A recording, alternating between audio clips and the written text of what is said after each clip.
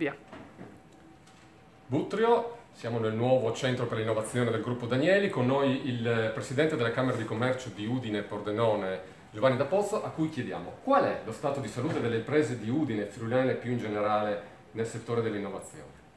Ma direi che il livello dell'innovazione della nostra regione sotto l'aspetto produttivo ha dei buoni livelli su quelle che sono le medie nazionali. Certo che se lo rapportiamo ad altre medie a livello europeo e internazionale abbiamo ancora della strada da fare, però molto è stato fatto. Questo grazie anche a quelle che sono le correlazioni col mondo dell'università, col mondo dei centri di ricerca.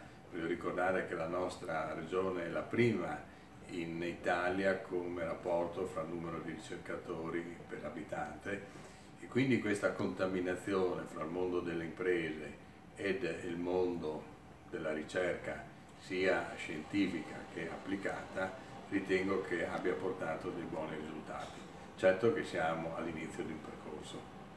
Quindi diciamo il rapporto col mondo dell'università è un rapporto che funziona, può essere migliorato? Può essere decisamente migliorato.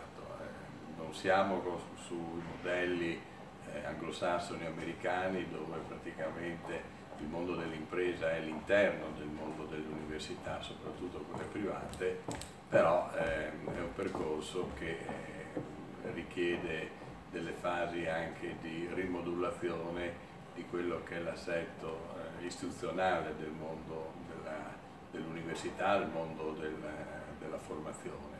Però quando c'è da fare qualcosa per migliorare io vedo sempre che è un buon auspicio. E il mondo della politica come si rapporta con voi? Il mondo della politica io seguo anche a livello nazionale, molte volte viene a traino. Noi vediamo che soprattutto quando parliamo di innovazione non possiamo limitarci solo all'innovazione delle aziende, ma dobbiamo parlare dell'innovazione a 360 gradi, quindi della pubblica amministrazione e di tutto quello che riguarda il cittadino. Qui forse siamo ancora abbastanza indietro, il mondo della, chiamiamola politica, della pubblica amministrazione ha molto da fare per essere più che competitiva e più produttiva per quello che riguarda i servizi alle imprese, alle famiglie e ai cittadini. Grazie mille Presidente.